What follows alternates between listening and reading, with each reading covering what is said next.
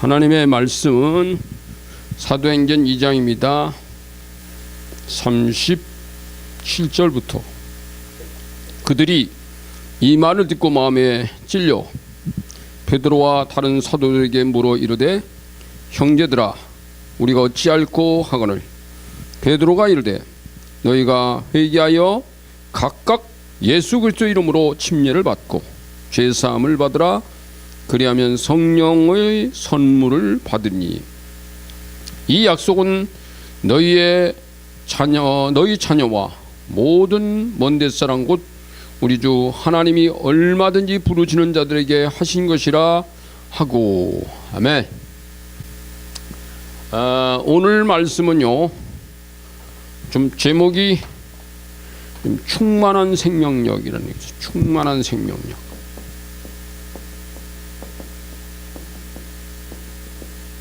충만한 생명력. 우리 지지난주에 이 두 개의 길, 좌로나 우로나 하나님의 말씀은 짝이 있다. 이 말씀을 전했습니다. 그리고 지난주에는 이제 삼위일체 복음, 성부, 성자, 이 축도에 나타난 하나님의 삼위일체 복음 증거했고요. 1, 2, 3 복음이죠. 그것은 성경은 원리화되어 있다는 걸 여러분이 말씀드린 거예요. 짝이 있는 것도 원리입니다. 신약과 구약이 짝이 있잖아요. 성경과 성령이 짝이 있잖아요. 또 지난주에는 하나님과 성부와 성자와 성령의 복음을 말씀드렸습니다. 그래서 성경은 이게 원리화되어 있다는 것. 성경이 원리화되어 있어요. 흙에다가 어떤 씨를 심으면 때가 되면 거기서 싹이 납니다. 아주 마른 땅이 아니고 수분이 적당히 있는 땅에 심으면 거기다가 이 모씨를 심으면 3일 만이면 나더라고요. 근데 상추씨는 한 일주일 걸려요. 일주일. 우리 아버지가 옛날에 내가 그 옥상에다가 그 좀 이렇게 너무 적적한 것 같아서 농사를 지으라고 흙을 파다 좀 했잖아요. 이렇게. 근데 이제 상추를 좀 심으라 그랬어요. 열무하고. 근데 상추를 심어놓고 안 난다고 다시 심고 안 난다고 다 헤프지고 다시 심고 그러시는 거야. 근데 나도 몰랐죠. 왜 그러지나. 진짜 씨가 잘못됐나. 그래서 아버지 보고 그랬습니다. 아버지 한번 심었으면 그냥 놔두세요. 날 때 되면 날 거예요. 근데 이게 한 3일이면 나야 되는데 안 난다는 거예요. 그냥 놔두세요. 그냥 놔두세요. 일주일 놔두세요. 근데 내 말을 듣고 아버지가 놔뒀어요. 이게 평생 농사진 분인데 상추 씨가 며칠 만에 트는지를 몰라요. 그거 왜 모르셨을까? 곰곰이 생각을 해봤어요. 이 평생 지금 농사의 도사인데 원래 상추는 부엌 뒤에 아주 집 가장 어머니로부터 가장 가까운 곳에다가 심어요. 그래서 많이 심는 게 아니에요. 한 2~3평 정도만 심으면 충분히 먹잖아요, 가족들이. 그러니까 아버지는 그런 거 신경을 안 쓰습니다. 그건 아내들이 알아서 할 일이지. 그러니까 적당히 그냥 조금 쇠신하고 파놓고요. 거기다가 좀 비료나무 좀 줘놓고 이 상추씨 같은 거 쑥쑥 뿌려놓고 그냥 대충 덮어버리면 한 일주일 있으면 나는 거야. 근데 아버지는 상추가 일주일 만에 나는 걸 몰라요. 무나 배추만 심어봤기 때문에 3일이면 나는 것만 알아요. 그러니까 3일 되면 다 일주일 만에 트는 거예요. 이게 아기가. 그래서 이거 원리다. 상추를 심어놓고 3일 만에 안 난다고 뒤집어 엎으면 상추 못 먹어요. 참 놀랍죠 이거? 여러분 병아리 며칠 만에 이렇게 하는지 아세요? 21일. 그것도 유정란이 해야 돼요. 유정란. 수탉이 있어야 돼요. 21일입니다.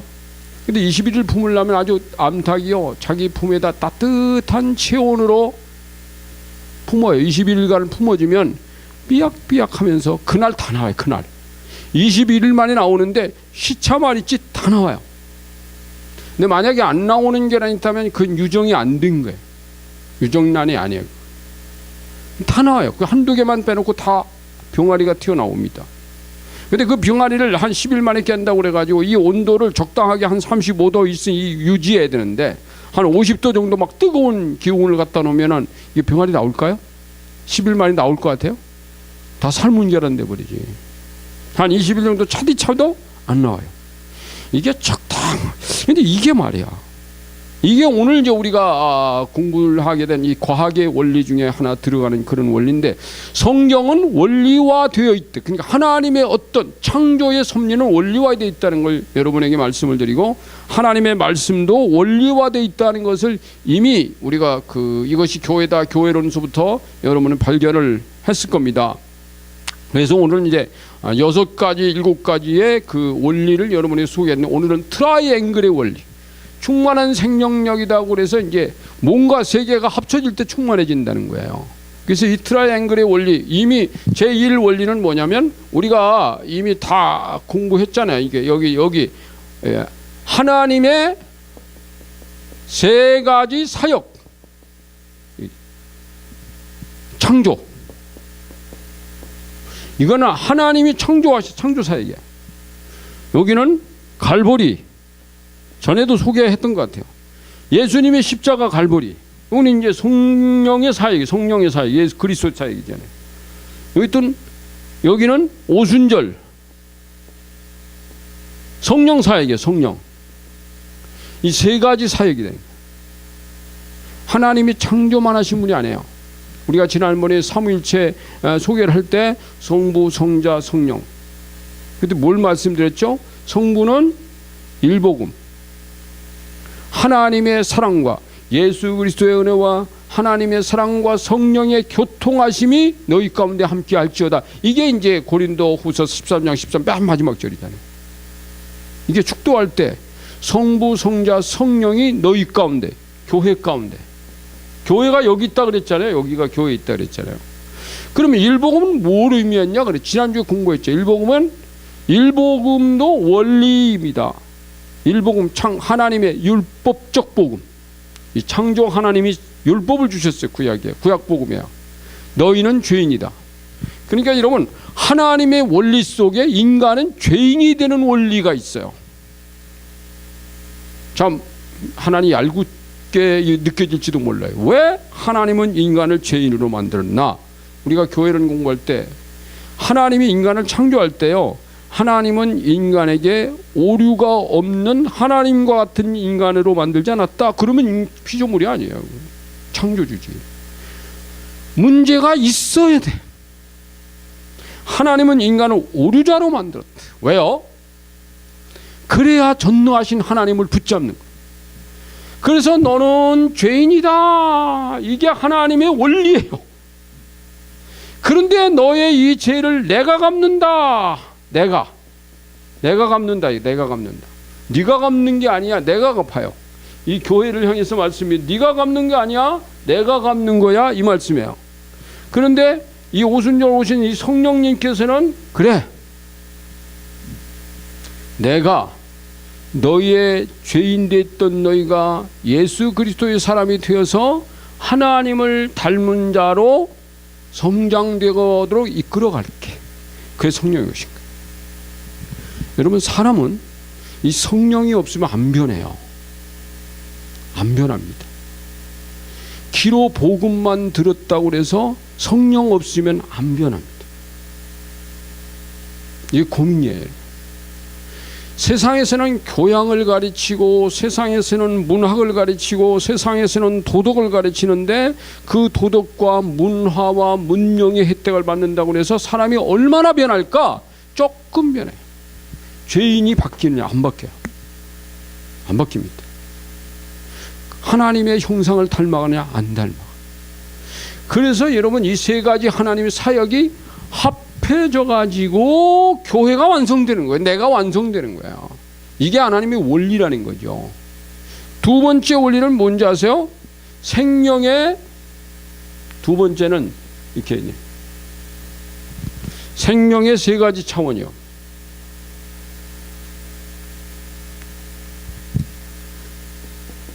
생명 세 가지 차원.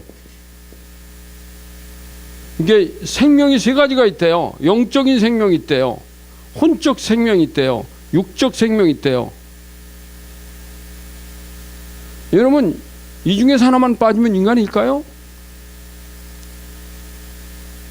나무에게는 이건 있어요. 이건 나무도 몸은 있잖아요. 나무에게 혼이 있을까? 없습니다. 영 있냐? 없습니다. 동물에게는 성경적으로 볼 때 동물은 육은 있어요. 혼이 있어요. 영이 없어요. 왜 없을까? 하나님이 그렇게 만드셨어요. 영을 가지고 있는 자가 영혼육, 그러니까 이 혼과 육을 가지고 있는 자를 다 지배할 수 있는 거예요. 그런데 여러분, 천사는 있나요? 천사는 이건 있어요. 이건 없어요. 이건 있어요. 그러면 이 영을 가지고 있는 인간은 이 중에서 하나라도 안 가진 천사도 지배할 수 있다. 자, 마귀는 영 있나요? 있습니다. 혼 있나? 있습니다. 육이 없어요. 그렇기 때문에 인간은 마귀도 지배할 수 있다. 야, 이 영적인 생명이 이거 굉장히 소중한 겁니다.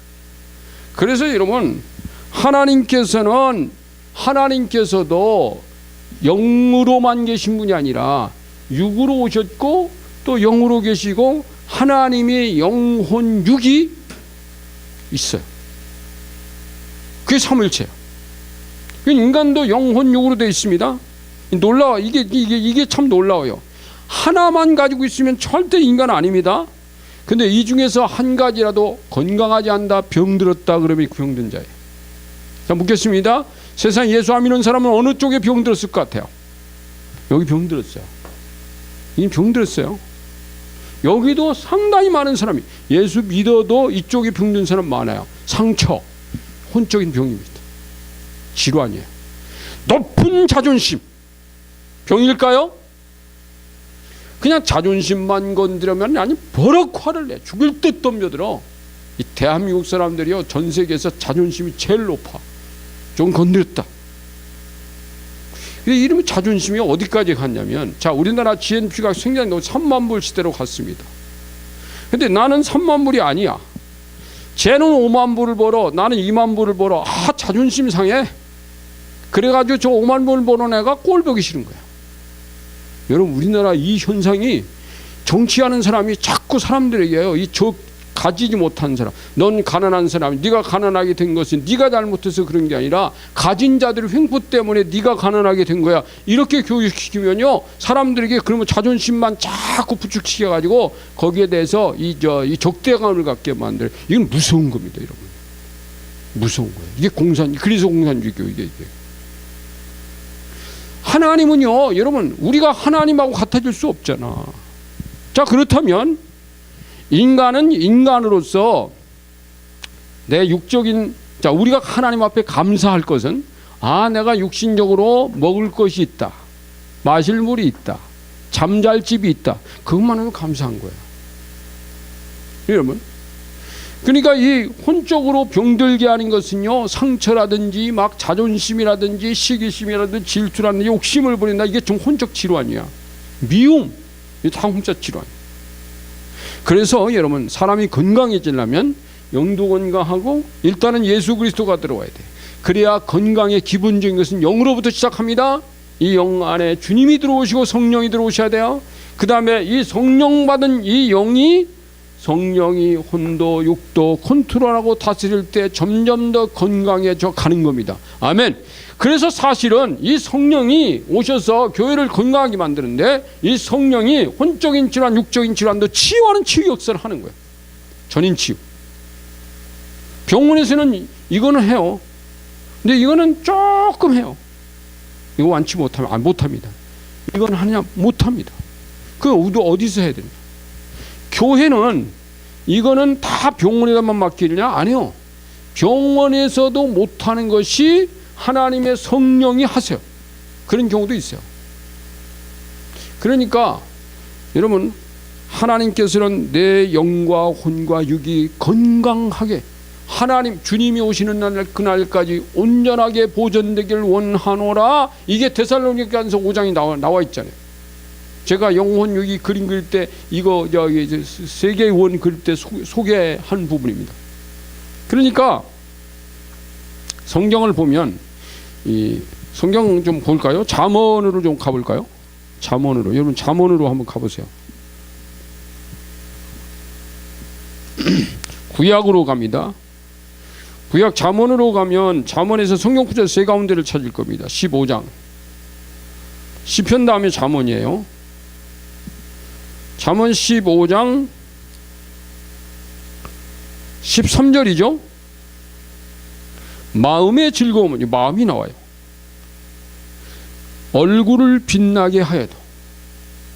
성경에서요, 마음 할 때는 영혼을 다 포함하는 경우도 있어요. 어떤 경우는 혼만 포함하는 경우도 있어요. 이 단어가 그때그때에 따라서. 근데 이 마음의 즐거움은 얼굴을 빛나게 하여도, 마음의 근심은 심령을 상하게. 여기 또 영이 나와요. 그러니까 이 혼적인 근심이나 혼적으로 상하면 어떤 선상이 생기냐면 이 영도 상하게 된다. 지금 이게 영혼육의 건강비결을 말씀하는 거예요. 잠언 14장으로 가세요. 14장 30절. 평온한 마음은, 마음이 평온해지면 이건 육신의 생명이나 육신도 건강해진다는 거예요. 시기하는 거, 시기, 질투 이거야. 뼈를 썩게 하는 일. 와, 시기, 질투, 미움이 뼈를 썩게 만들어. 여러분, 우리가 어떤 사람을 시기하고 미워하기 시작하면 제일 먼저 뭐가 나빠지냐면 피가 나빠져. 피가 탁해집니다. 피가 탁해지면서 세포가 안 좋아지면서 첫 번째 오는 것이 뼈의 문제가. 그래서 이제 관절이 올 수도 있고 뼈를 썩게 한다. 자, 그 다음에는 17장으로 갑니다. 22절. 마음의 즐거움은 양약이라도. 야, 여기 양약이 나옵니다. 마음의 즐거움이 양약이래요. 심령의 근심은 뼈를 마르게 하느니라. 와, 뭐가 뼈를 마르게 해요?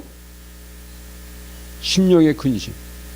그러니까 여러분, 이 혼과 영, 심령, 이 영적인 근심이 있어요. 이 마음의 근심이 있어요. 이거는 뼈를 또 마르게 한다네. 그러니까 이게 생명은 하나로만 연결된 게 아니라 영과 혼과 육이 생명의 세 가지 차원, 이게 하나로 되어 있다라고 하는 것을 설명합니다. 이게 원리예요. 원리. 그 다음에 또 하나를 설명할까요? 세 번째, 세 가지 회심이 있어요. 회심은 변화하는 겁니다. 이렇게 세 가지 회심이 있습니다. 첫 번째는 세상이요. 여러분, 하나님이 세상을 이처럼 사랑하사, 세상을 사랑하사 누굴 줬죠? 독생자를 주셨어요. 그리스도 독생자를 주셨으니. 그죠? 이를 저를 믿는 자가 어떻게 돼요? 교회를 주셨어요. 자, 세상에 예수님이 오셔서 사람들을 교회로 인도했습니다. 그러면 이 교회는 또 어디로 가야 돼요? 세상에 주님이 오셔서 주님은 교회 세우고 교회는 또 어디로 갑니까? 세상을 향해서 당신들이 그리스도에게 오세요. 이 교회가 그 사역 때문에 부르신 거예요. 이게 하나님의 구원의 길이에요. 하나님이 세상을, 보세요. 이 원리예요. 여러분, 이런 원리들은 굉장히 중요해요. 이 지금 제가 하고 이 설명하는 것은 내 머리에서 나온 작품이 아니고요. 머리에서 나온 작품이 아닙니다. 이건 크리스찬 A. 슈바르츠라고 세 가지 색깔의 책이 있어요. 오래전에 나온 책이야. 그 책을 이렇게 딱 보다가, 야, 너무 멋있는 원리예요. 그래서 딱 읽는 동안에 벌써 이 원리는, 나는 그 원리가 머릿속에 잘 이 원리화되어 있는 이 머리 구조이기 때문에 그 책을 보면서 그림을 딱 보니까, 와, 이게 너무 나하고 딱 맞는 거야. 그래서 이게 머릿속에 싹 들어가 버려. 그냥 그날 그려져 버리더라고, 머리. 세 가지 트라이앵글이 원리니까. 근데 이게 지금 거기 있는 것을 지금 나 나름대로 지금 여러분에게 소개를 하는 겁니다. 말씀 찾아가면서요. 자, 하나님이 세상을 사랑하셨어요. 그것이 하나님의 원리예요. 하나님 세상 사랑하신다. 이게 하나님 원리입니다. 하나님은 세상을 미워하신다? 뭐 아니에요. 사랑하셔서 독생자를 주신다. 아하! 하나님이 세상을 사랑하신데 얼마나 사랑하냐면 자기의 독생자를 주셨어. 이거는 구약의 원리고 신약의 원리예요. 근데 이 예수님이 오셔가지고 가만히 계신 분이 아니라 교회 세우셨어요. 복음 전에 사람들 불러서, 제자들 불러서 교회 세웠습니다. 그리고 그 교회들에게 너희는 가서 모든 족속으로 제자 삼아 아버지와 아들과 성령의 이름으로 침례주고. 예. 여기 그리스도가 와서 교회를 제자 삼았지 않아. 너희는 가서 모든 족속으로 뭐 해라? 나를 증거하라. 증거하라. 그래서 여러분, 교회는 땅 끝까지, 예루살렘부터 시작해서 땅 끝까지 주의 복음 증거하는 것인 교회. 어떤 사람들은 이 말씀에 막 땅 끝까지 복음을 증거하는 이 말씀의 머릿속에, 가슴속에 확 박히면 보따리 싸고 외국도 막 가요. 외국 선교사로 가요. 저 아프리카 같은 오지 같은 데 가서 말이야, 그냥 가난하고 물도 그냥 지저분하고 말이야, 잠자는 것도 불편하고 덥고 모기한테 물리고 말라리아한테 물리면 죽을 수도 있어. 뱀도 있고 독사도 있고 막 이런 데 가서, 사자도 나오는 데 가가지고는 그 아이들 붙잡고 코를 씻어주고 애들 얻고 다니고 걔들에게 복음 전하고 걔들과 같이 먹고 그러면서 그걸 아주 즐겁게 하는 분이 있어요. 참 놀라워요, 여러분. 왜요? 하나님의 세상을 사랑하사, 하나님이 세상을 사랑을 하셨어요. 그래서 그 하나님의 사랑이 그리스도로 왔고 그게 교회로 왔고, 그래서 나도 하나님의 사랑을 가지고 너에게 간다. 참 대한민국에 이런 참 사랑의 헌신자들이 많아서 땅 끝까지 주의 복음을 증거하러 가는 거예요. 그러면 교회의 역할은 뭐냐 이거야. 예수를 믿으시오 이것만 말해야 되는 거야. 아니, 중요한 것은 여러분, 하나님이 세상을 하나님이 그리스도의 이 아름다운 사랑의 성품을 가지고 세상에게 복음 말만 증거하는 게 삶을 보여줘야 돼요. 사랑하는 것, 내가 양보하는 것, 이기적이지 않고 이타적인 것, 배려하는 것, 이런 것들이죠. 이것도 교회가 보여줘야 될 것이요. 그런데 희한하게 성경 좀 읽었다, 예수 좀 믿었다, 은혜 받았다, 왜 교만해집니까? 왜 교만해집니까? 내가 어떤 옛날에 그 오리고기를 맛있게 구워도 주고 여러 가지 이렇게 오리 요리하는 그 집에 갔다가 밥 먹고 나오는데 저쪽에서 할머니가 성경을 쫙 펴놓고, 큰 책을 성경을 펴놓고 이렇게 나오다 보니까 그 살림집 같은 굉장히 커요. 이거 어디 건물이라고 내가 소개해도 여러분 어딘지 아시는 분이에요. 인천이. 우리 동네에서 가까운 쪽이니까. 저쪽 안쪽에 성경을 읽고 있어요. 멋있게 보여요. 할머니가 성경 읽고 있는 게 낮아요. 그래서 제가 몇 발 걸어가서 아이고 할머니 성경을 다 읽으시네. 그랬더니 내가 시비 거는 줄 알나 봐. 왜요? 내가 성경 읽는 게 안 돼 뭐요? 아니 왜 성경 읽는데 내가 좋게 보여서 웃으면서 얘기했는데 나한테 시비 거는 거야. 그때 내 순간에 지가 성경 좀 읽는다고 무시하는구나. 그래서 내가 할머니한테 이렇게 하고 들어왔어요. 할머니 저도 성경 읽는 사람이라. 그냥 아파했어요. 여러분, 우리가 예수 믿으면 왜 세상 사람들은 나하고 다르다고 생각하는가? 그 사람들은 그런 사람이니까 그 수준에 맞춰주면 되는 거예요. 하나님이 인간의 수준에게 맞췄잖아요. 왜요? 너희 수준이 너무 낮아서 나도 인간으로 왔는데 결국은 뭐냐? 내가 너희와 함께 있는 것이 목적이 아니라 너희를 내 수준으로 올려놓기 위해서 내가 왔다. 교회는 하나님 수준이네. 그래서 내가 수준 높다고 그래서 사람들한테 교만해지라는 게 아니라 그 수준에 맞춰줘서 그 다음에 그가 결국은 나를 보고 따라오다가 내 수준까지 오는 거예요. 그래서 여러분, 한국교회가 수준을 높여야 돼요. 우리 그리스도인들은 수준을 높여야 돼. 너무 낮은 데서 생각, 감정, 의지도 낮고 신학적인 무슨 영적인 영성도 없고 교만하고 말이지, 성경을 봐도 자기 이지적이고 아집으로 성경을 보고 그래서 그 해석하고, 성경 해석은 100년 전이나 지금이나 똑같이 왜? 영적 경험이 없는 것으로 성경 보는 거하고요, 성령의 충만해가 성경 보는 거하고는 이 경험에서 굉장히 달라집니다. 이까지가 이따가 또 이 경험 얘기도 하겠지만은, 그 다음에 이제 경험 얘기가 여기 나와요. 이게 그 다음에 여기 이제 세 가지 권위, 세 가지 권위 얘기가 이제 이렇게 나와요. 권위 얘기, 세 가지 권위. 권위가 여기는 과학적 권위다. 여러분, 과학이 권위가 있나요? 수학도 과학이에요. 수학이나 물리학이나 자연과학도 과학이에요. 의술도 과학이에요. 침을 놓는 것도 아무데나 찌르면 안 됩니다. 이러면 그 과학이에요. 약을 연구해서 사람의 건강에 필요한 약들을 찾아내서 어떤 병에는 어떤 약, 어떻게 허약한 사람 무엇을 먹어야 된다는 보약 같은 거 그냥 아무거나 다 갖다 주면요, 그게 독약인지 보약 뭔지 모르면 함부로 먹다 죽어버리잖아요. 그것도 과학이에요. 과학이라고 하는 것 때문에 오늘날 우리가 핸드폰을 가지고 막 핸드폰 속에 없는 게 없네. 인터넷이 다 깔렸네. 핸드폰 하나 들고 다니면 전 세계가 그 안에 다 있네. 엄청납니다. 여러분, 우리 삼성전자가요, 1년에 핸드폰을 몇 개 파는지 아세요? 뭐 한 1억 5천만 개 이상 판대요. 핸드폰. 그리고 엄청난 과학이 거기 깔리는 거야.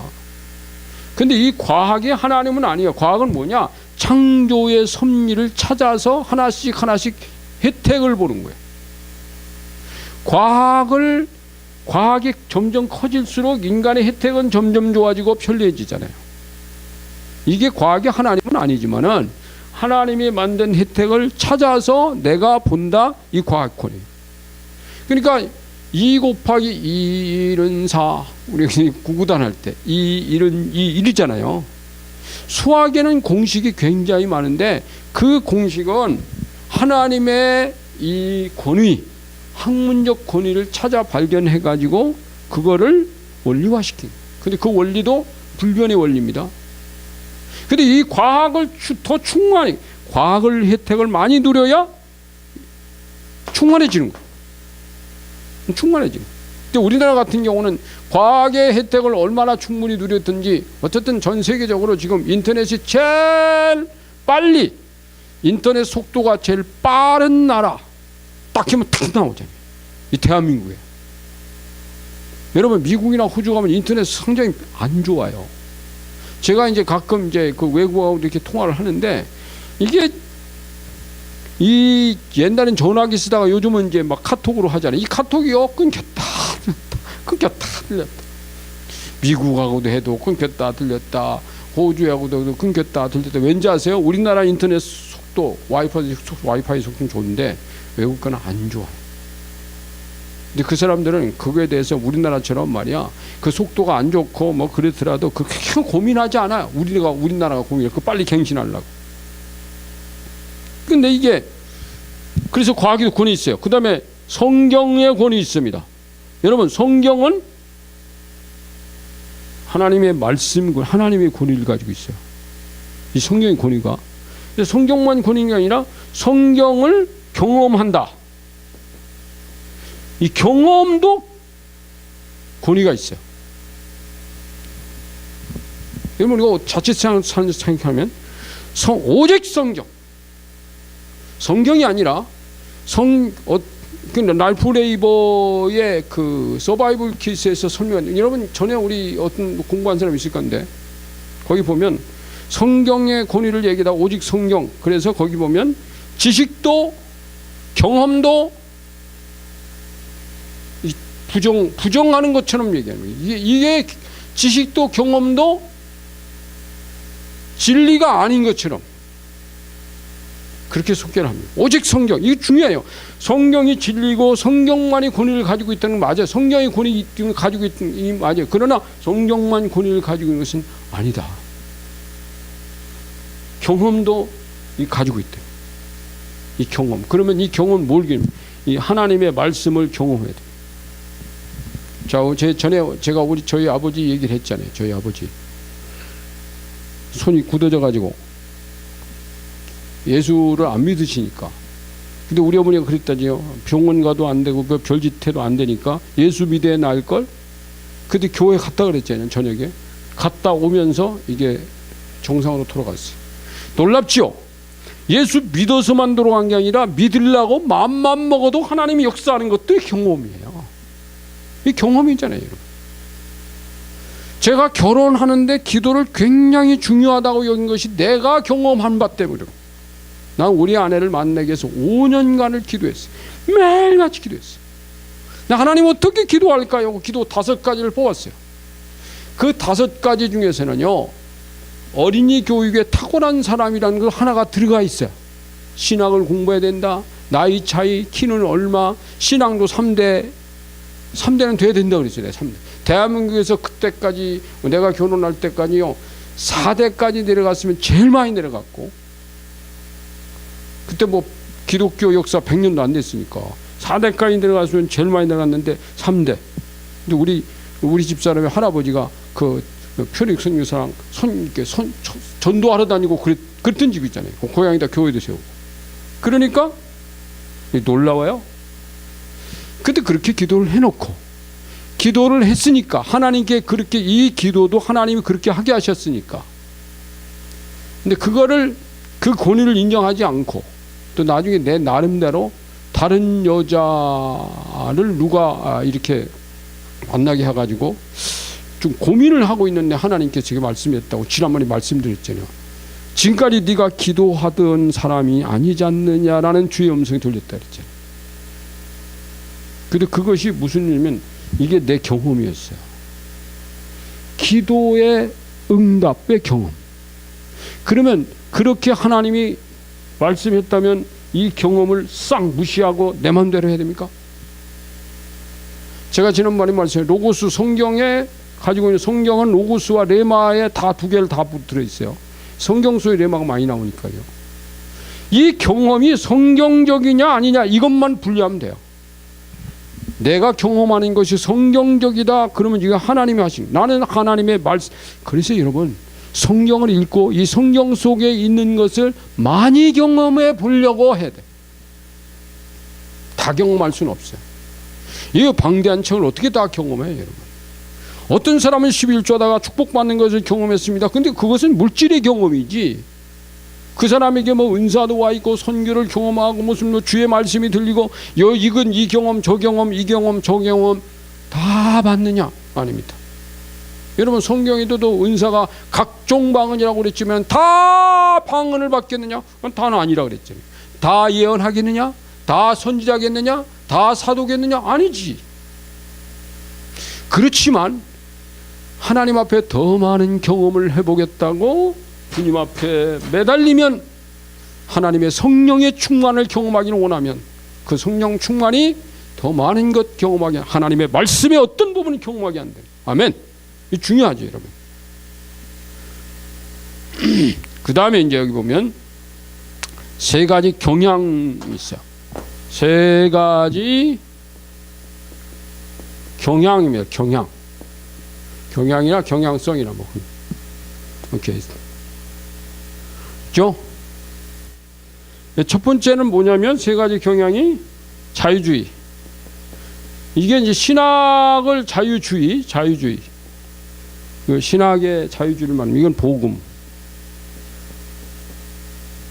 여기는 은사주의, 복음주의. 주의가 있어요. 주의가 자유주의. 이 자유주의는 뭐예요?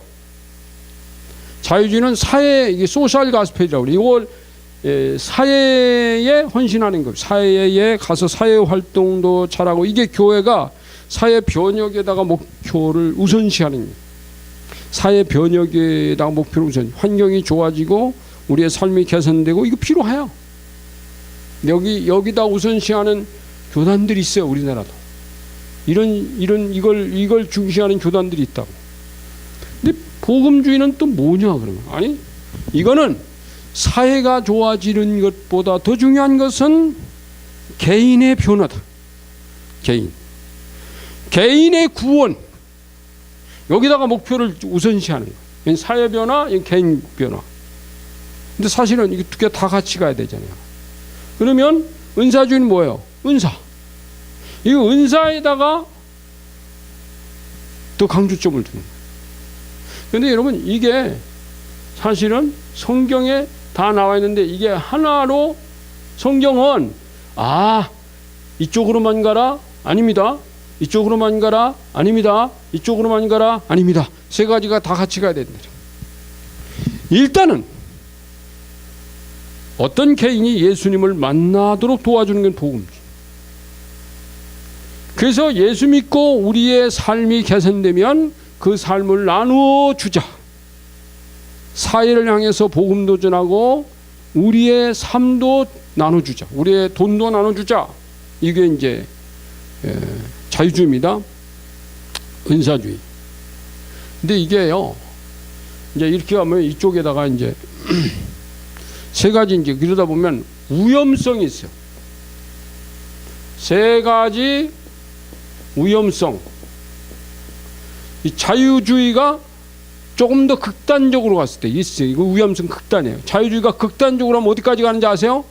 여러분 이건 필요해요. 여러분 알아둘 필요가 있습니다. 우리의 신앙에서 왜 그러냐면 내가 이렇게 종합적이어야 된다라고 하는, 아까 말했듯이 충만한 생명력 갖기 위해서는 이 원리들을 좀 알 필요가 있어 소개를 하는 거야. 세 가지 위험. 자유주의는 혼합주의로 빠질 수 있어. 혼합. 이게 이제 여기서 오는 거예요. 혼합. 자유주의가 극단으로 하면 혼합주의 빠져. 혼합주의는 뭘 말하는 거예요?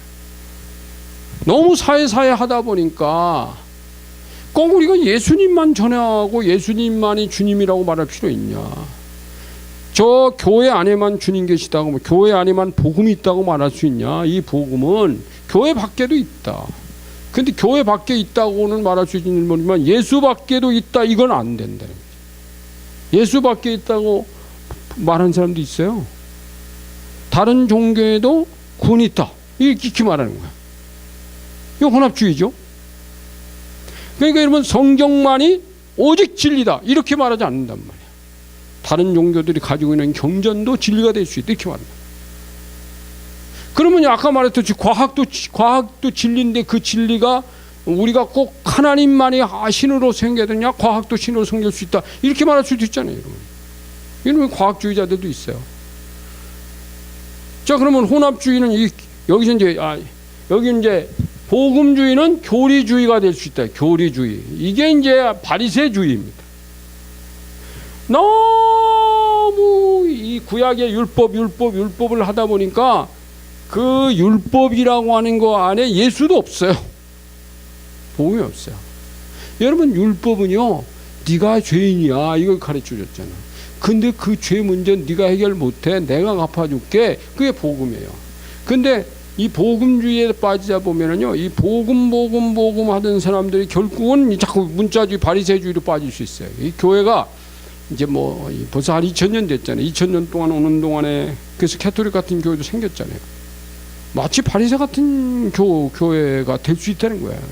그러면 한국 개신교도 한 135년 6년 되다 보니까 제가 볼 땐 너무 늙었어요.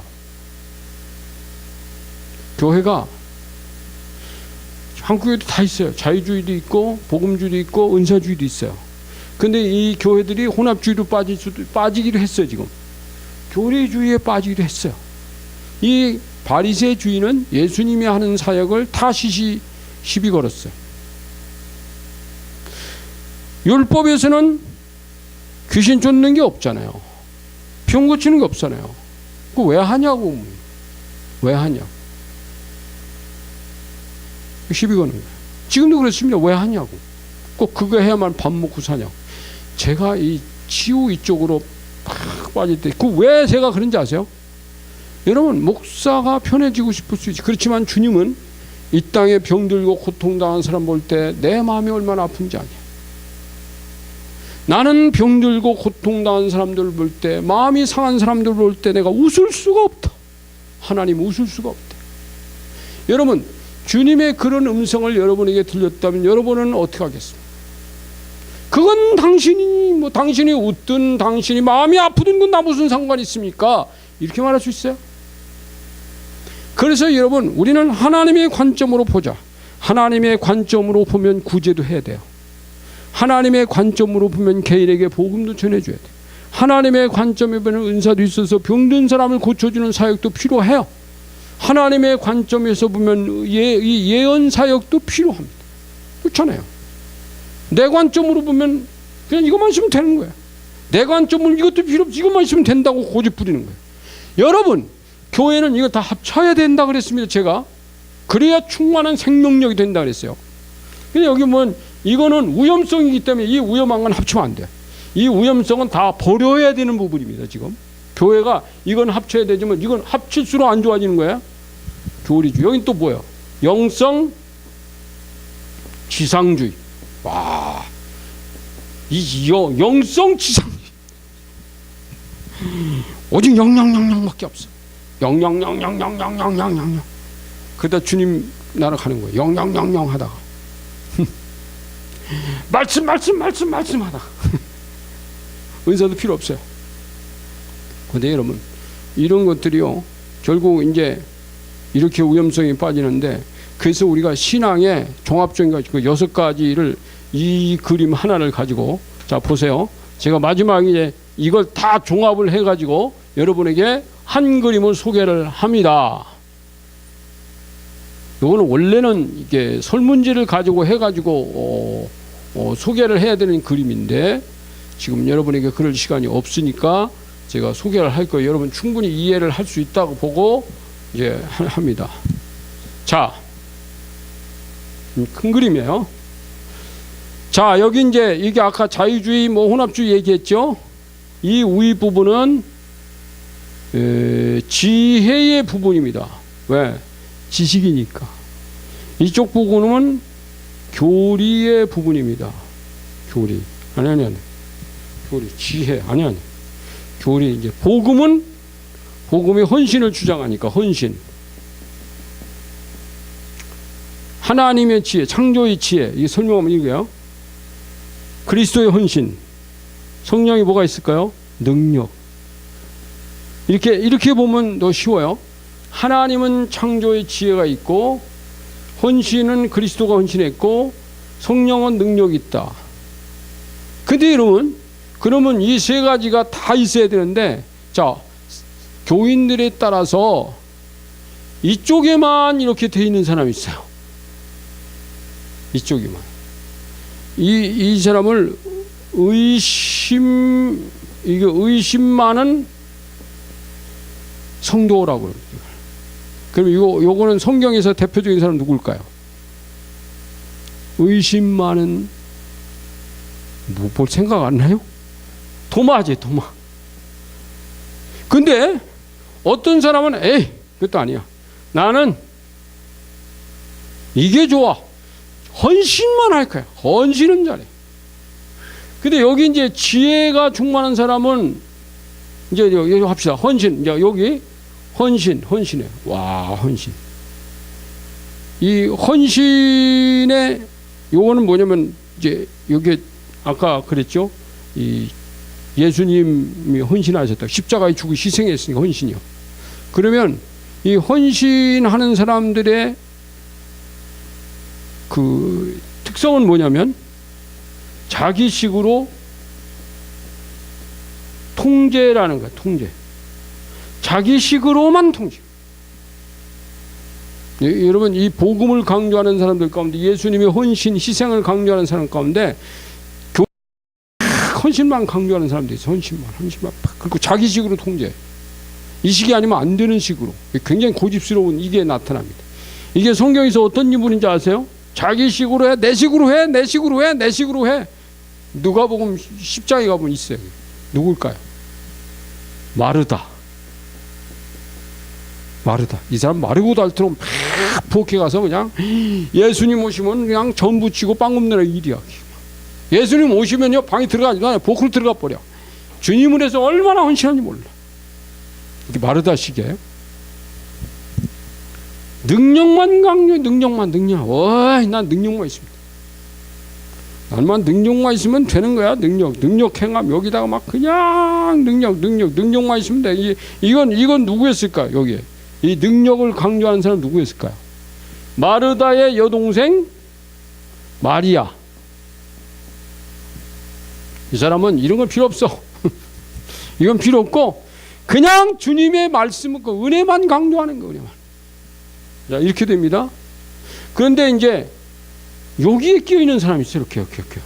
하나, 둘, 셋, 요건 네 번째입니다. 네 번째, 여기에 끼어 있는 사람. 지혜도 조금 있고 헌신 부분도 있어. 누굴까요, 이 사람? 근데 여러분 이제 지금부터는 이렇게 소개할 겁니다. 자, 지혜는데 의심 많은 성도. 이 사람 이건 의심 많은 성도야. 그러면 이 헌신은 자기식으로 통제. 야, 능력은 또 뭐요, 그러면? 이 능력은. 예? 능력은 이 영적 성향만 추구한다, 이건죠. 영적 성향만. 추구. 영적인 성향만 추구하는 사람이야. 그럼 보십시다. 그러면 여기에 있는 사람 뭘까요? 헌신도 있고 지혜도 있고 이런데 이 사람은 탈진된 성도라면 탈진. 왜 탈진됐죠? 능력이 없었어. 여기 지금 문제가 있습니다. 여러분 보세요. 이 헌신, 지혜도 있고 헌신도 됐는데 능력이 없으니까 탈진해버려. 탈진. 능력은 없고 자기식으로만 하는 사람. 능력은 없으니까 의심하죠. 탈진된 성도. 이게 성경에서 어떤 사람? 성경에서 보면 탈진된 성도 모세를 모세가요 얼마나 그 자기 백성들 자기가 다 재판하다 보니까 막 탈진해가요. 헌신도 있어요. 지혜도 있어요. 근데 자기가 하려고 그래. 그래서 탈진해버려. 모세가 이렇게 능력이 없다는 얘기가 아니라 대표적인 사람 뽑다 보면 이렇게 된 거야. 자, 그러면 이쪽에도 헌신도 있고 능력도 있어요. 그런데 지혜가 부족해. 열정도 있어. 능력도 있어. 그러면 이게 이제 열정적인 사람이요. 근데 이 사람을 열정적인 사람이는데 이건 누굴까요? 열정이 있어요. 열정. 베드로는요 생각은 없어. 그냥 무조건 행동하고 능력을 추구하고 이런 사람이요. 이쪽에 이렇게 걸쳐 있는 사람은 누굴까요? 이건 무슨 성향일 것 같아요? 능력도 있고 지혜도 있다. 그런데 아주 냉담하다. 냉담한 성도입니다. 이게 이 네 개 아니야. 아까 이제 크리스티안 A 슈바르츠 책이 소개하고 있는 거다고 그랬죠. 냉담합니다. 이거는 요나. 근데 지금 이제 자, 의심, 지혜로운 성도는 지혜는 있는데 헌신과 능력이 부족한 거예요. 이것도 문제가 있는 성도예요. 자, 탈진된 성도는 지혜가 있고 헌신도 있는데 뭐가 없냐면 능력이 없어. 요 약한 부분이죠. 자, 그러면 헌신을 가지고 있는 이 성도는 자기식으로 통제하는 헌신이요. 이 헌신이죠. 헌신은 있는데 뭐가 없어요? 지혜도 없고 능력도 없어. 이런 약점을 가지고 있는 거야. 좋은 점이 있는데 악점을 가지고 있어요. 베드로는 열정은 있는데 능력도 헌신도 있지만 지혜가 부족해요. 마리아는 영적인 성향만 추구하는 데는 열정이 있지만 지혜도 부족하고 헌신도 부족하다. 복교 가서 예수님 좀 이렇게 점심이라도 좀 차려주는 건 한 번도 안 해요. 올 때마다 그냥 예수님 통 밑에 앉아가지고 냉담한 이 요나 있잖아요. 요나. 이 요나는 요나가 어떤 사람이요? 선지자로 부름받았기 때문에 능력도 있어요. 그런데 지혜도 있어. 근데 열정 없어. 그러니까 주님 하나님 앞에 헌신하려는 자세가 없어서 도망치잖아요. 자, 이렇게 여기에 이 6가지 그림을 저 여러분 다 있어요. 지혜, 탈진, 헌신, 열정, 능력, 영적 성향, 냉담, 이거 다 여러분이 소개를 했습니다. 그런데 이 중에 우리는 어디에 속해 있는가 하는 것을 이게 찾아보라고 이 그림이 나와 있는 거예요. 근데 중요한 것은요, 교회는 어떤 사람이든지 정확하게 여기에 다 이렇게 포함되어 있으면 가장 좋은 사람이겠지만, 이렇게 돼 이것이 충만한 생명력이겠지만, 그래도 어느 쪽인가 약간 기울어 있어요. 여러분 한국교회 어디에 기울어 있는지 아세요? 한국의 성도들이 제일 어느 쪽으로 있을 것 같아요? 이쪽으로 돼 있어요. 이렇게. 이 능력의 이 부분은 잘 안 돼 있어요. 근데 어떤 교단은 이런 거는 중요하지 않고 막 이쪽으로만 이렇게 기울어져 있는 교단도 있어요.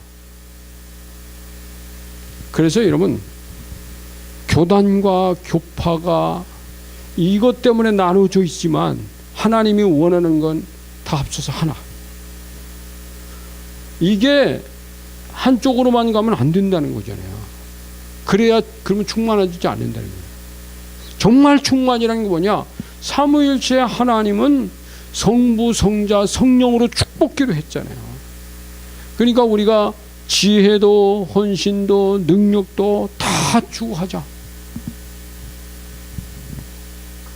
그래서 오늘 여러분들에게 충만한 생명력에 이렇게 그림을 가지고 여러분에게 설명을 하니까 확실하게 조금 이게 모를 때보다는 저런 방식이 있구나. 그래서 우리가 하나님 앞에 신앙의 색깔을 분명하게, 내가 색깔이 하나, 1, 2, 3, 세 가지라고 그랬잖아요. 세 가지 중에서 하나의 색깔만 가지고 가는 것은 충만한 생명력이 아닙니다. 2개로, 그 다음에 3개로. 안 되는 부분을 찾아가요. 내가 제일 안 되던 부분이 이 부분이 잘 안 됐었잖아요. 이걸 추구하기 시작한 거죠. 그러니까 내가 안 되는 부분도요, 성령님은 가지고 계세요. 그러니까 하나님의 성령께서 그 부분을 채워주실 수 있는 분이죠. 아멘. 아무리 복음의 열정을 가지고 있던 지혜가 있다고 해도 하나님의 능력이 나타나야만 그게 교회지. 교회가 하나님의 능력은 안 나타나고 세상적인 지혜나 세상적인 헌신을 가지고 있다면 일반 종교도 그건 가지고 있다 이거야. 그런 걸 한다 이거야. 그것은 아버지 방식이 아니니까. 우리 같이 이 말씀 기억하면서 기도하는 시간을 좀 갖습시다. 하나님, 저에게도 이렇게 종합적이고 충만한 생명력을 가진 하나님의 성도, 이런 충만한 생명력을 지닌 성도로 축복하옵소서. 우리 기도하자고요. 할렐루야. 감사합니다. 하나님, 오늘 이 말씀 우리가 이렇게 같이 나눌 수 있어서 감사합니다. 이 말씀 듣는 저희 속에 오늘 하나님의 충만한 하나님의 성령께서 오셔서 하나님의 사람으로, 그리스도의 사람으로, 성령의 사람으로 충만해지는 저희가 되게 하여 주세요. 정말 우리 안에 주님의 아름다운 형상으로, 그래서 아름다운 주님의 인격이 어떤 모습으로 드러나고 나타나도록 기름 부으세요. 축복합니다. 저들 축복합니다. 예수님의 이름으로 감사하며 기도합니다. 아멘.